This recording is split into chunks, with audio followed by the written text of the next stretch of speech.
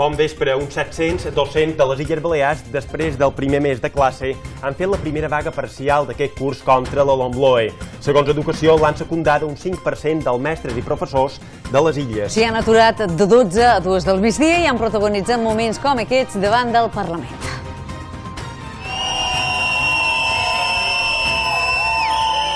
O davant de la delegació Pitiusa de la Conselleria d'Educació i Eivissa.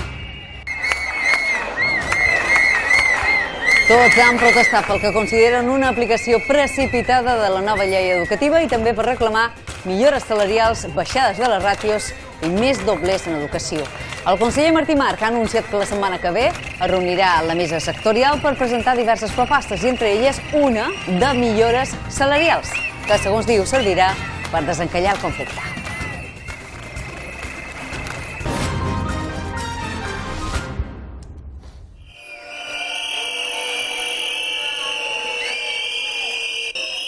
Primera vaga parcial d'aquest curs en l'ensenyament a les Illes Balears.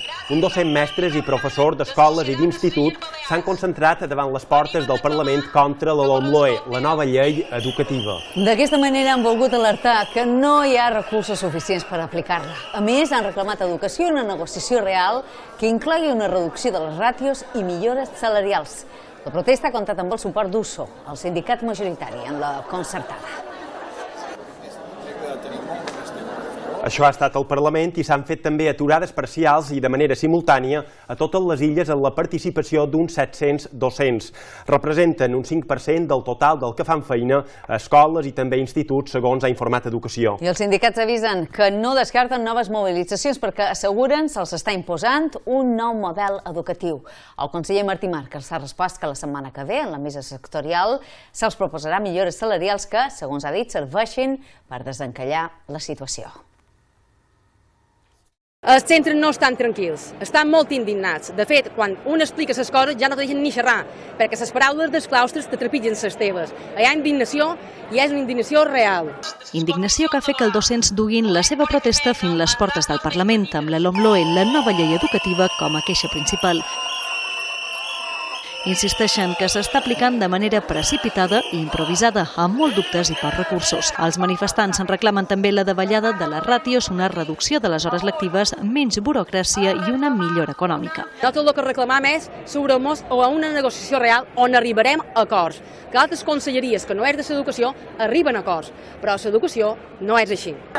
Una acusació, la de manca de diàleg, que ha negat el conseller Martí March, que ha avançat que la setmana que ve es reunirà la mesa sectorial per presentar les propostes de la conselleria, entre aquestes una millora salarial per desencallar el conflicte. Nosaltres som de les comunitats autònomes que des del mes de febrer que varen donar a conèixer les línies generals del currículum en el Consell Escolar s'han fet després reunions sectorials amb sindicats, amb FAPAs, amb concertada, amb directors de centres per tal d'intentar dialogar al màxim. Tot i que amb aquest tipus de diàleg nosaltres tenim uns límits que no poden traspassar, que és aquesta llei de l'OLOE i el Real Decret que són d'obligat compliment, el Real Decret de currículum.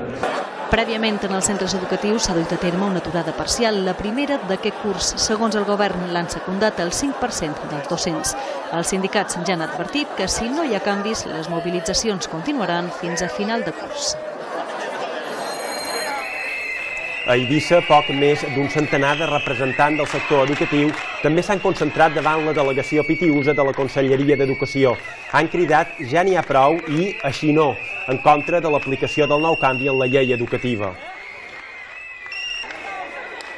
Sobretot són les formes en les que s'ha aplicat amb total nocturnitat, pràcticament, i alevosia, amb uns currículos publicats en agost, amb uns criteris d'avaluació que encara estan pendents, s'acaben d'esmenar. En fi, és un despropòsit com no he vist en 30 anys. Nosaltres tenim, per exemple, la càrrega lectiva, que no baixen des 19 hores, quan abans en tenien 18. Després tenim altres motius que són les ràtios. Les ràtios dels alumnes tenim grups de 30 alumnes en aules, fins i tot aules que no estan destinades a aquests grups. L'avaluació no l'entenem ni els mateixos professors i dubto molt que la puguin entendre els alumnes i molt menys els pares. I, des del meu punt de vista, és un desgavell.